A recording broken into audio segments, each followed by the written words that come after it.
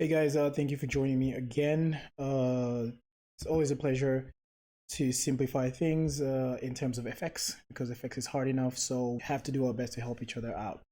So, as the previous lesson, we were working on using indices or equities to trade, and now I'm going to be looking at how to use the futures market to trade. Okay, so here we go. I'm going to hide the whole chart. I don't want to see the chart. It doesn't matter what chart I'm on. It doesn't matter whether I'm on the cable, euro, US dollar. That doesn't matter. All I want to see is what is the difference between the futures market. Okay. Each currency on the futures markets move in the same direction. And here's a little bit of proof of that. Okay. So we look at the futures market. We're going to start with the Australian dollar futures. That's 6A, 6A1 exclamation mark. Okay. All right, then I want to look at the British futures. So 6B1 exclamation mark. Now I want to look at the Canadian futures, 6C1 exclamation mark. 6. Okay. Then we're looking at Japanese futures or the Euro futures, for example. Then we're looking at Euro futures, 6E1 exclamation mark, and so on and so forth. So you get the hang of it. 6 J1 exclamation mark, 6 S1 exclamation mark. That's representing the Swiss franc futures. New Zealand futures. Again, the first thing we're going to do is we're going to print them to no scale. So just bear with me for a second. Okay, so all of these futures pairs all move in the same direction. As you can see, going up, coming down. Then we'll have these currencies that just pop up by themselves, outliers, and this is where our trading opportunity lies. Obviously, if this currency has pulled itself out of here on December 20th, this currency has moved way out of sync with the rest. What you would do is you trade it back into sync.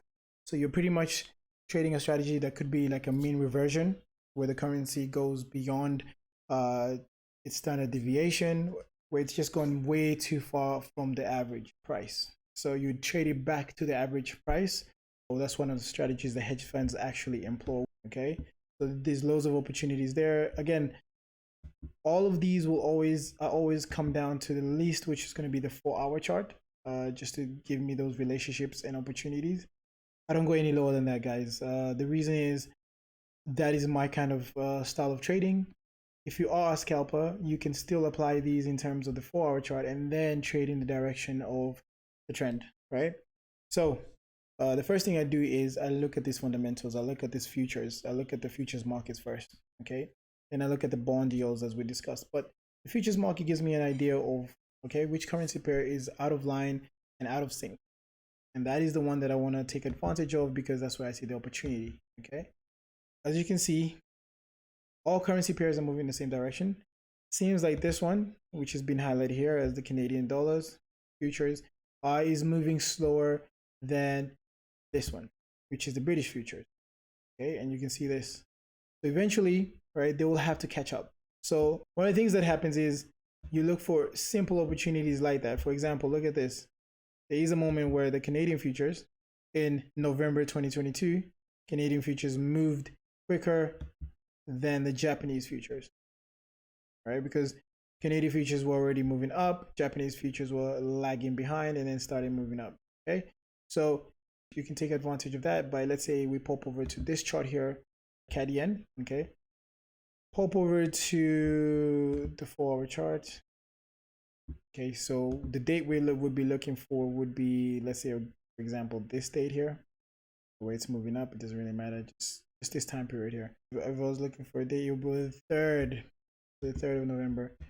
So 3rd of November, that's the 9th. Also Friday the 4th, around just around here. Okay, Friday the 4th, just around here. And we are looking at this day as well. So Japanese yen moving quite slow, but what's moved very fast is this here, Canadian futures. Right, so the Canadian futures have gone past. So if the Japanese yen is eventually going to catch up to the Canadian futures, I'll be looking to buy the Japanese yen, right? Because this is just a buying opportunity for Japanese yen to catch up to the Canadian futures at some point, which it does right here. Just buying the Japanese yen to catch up to the uptrend that's moving in terms of the Canadian dollar. And again, if you started to look for buying opportunities and then you start implementing your technicals, you'd be doing very well over here because eventually price goes along with the Japanese yen, right? Again, when you're trading futures, you're just looking at direction. Okay, is it up or down?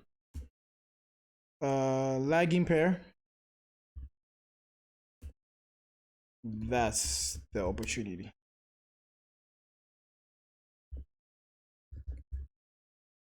Okay, but that's just one trading opportunity. Look at this. This is the Australian futures. They've started moving downwards, right? The Euro futures already started moving downwards. The Aussie eventually is going to catch up. Then you'll be looking at a trade between the Aussie and the Euro. You'll be looking over here. You'll be looking for a trade between, everything is moving down, but yet Canadian futures are moving up. You'll be looking for a trade to short the Canadian dollar to head towards the rest of the future currencies. Okay, so it's pretty much another way of getting value from somewhere. You'd want to be looking for opportunities that are, look at that clear downtrend. Everything starts to move down, but obviously the fastest pair is here. The Euro futures keeps moving down, and then you'd be looking at the Australia futures, okay, to also catch up and move into that in this direction. So that is a trade between the Euro versus the Australia. So Euro AUD, okay, and we're looking at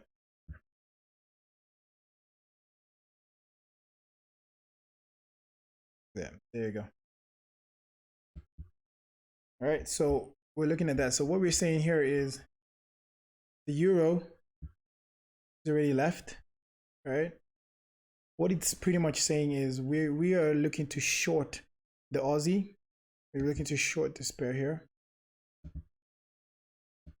Okay, we're looking to short the Aussie against the Euro because as we're shorting, the direction is in the direction of the trend, and we're looking to short the Aussie against the Euro. Okay, so if we look on the chart, does that work out? Shorting the Aussie, yeah, we're shorting the Aussie works out in our favor.